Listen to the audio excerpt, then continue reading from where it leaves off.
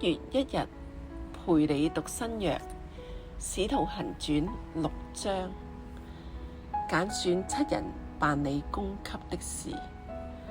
那時門徒增多，有說希臘話的猶太人向希伯來人發怨言，因為在天天的供給上忽略了他們的寡婦。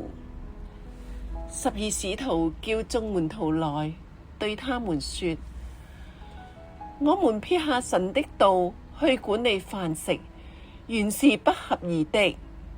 所以弟兄們，當從你們中間選出7個有好名聲、被聖靈充滿、智慧充足的人，我們就派他們管理這事。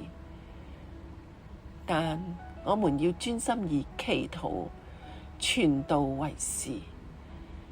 大眾都喜悅這話，就揀選了司提反，乃是大有信心、聖靈充滿的人；又揀選腓利、伯羅哥羅、尼迦羅、提門、巴米拿，並進猶太教的安提阿人尼哥拉，叫他們站在使徒面前。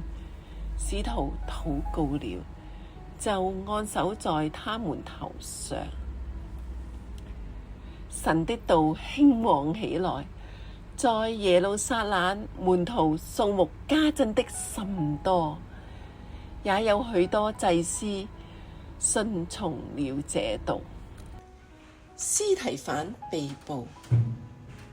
司提反滿得恩惠能力，在民間行了大奇事和神蹟。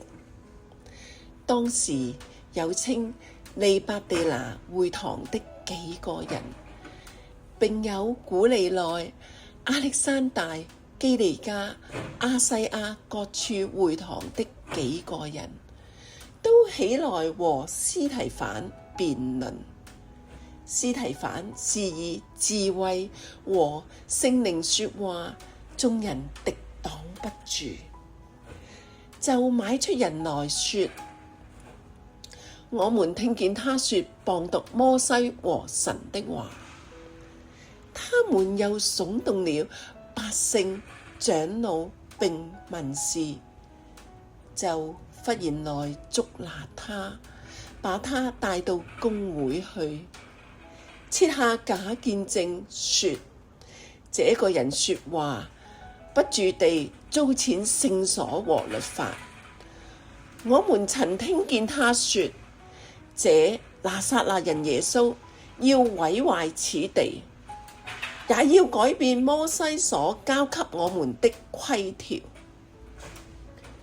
在公會裏坐着的人都定睛看他，見他的面貌好像天使的面貌。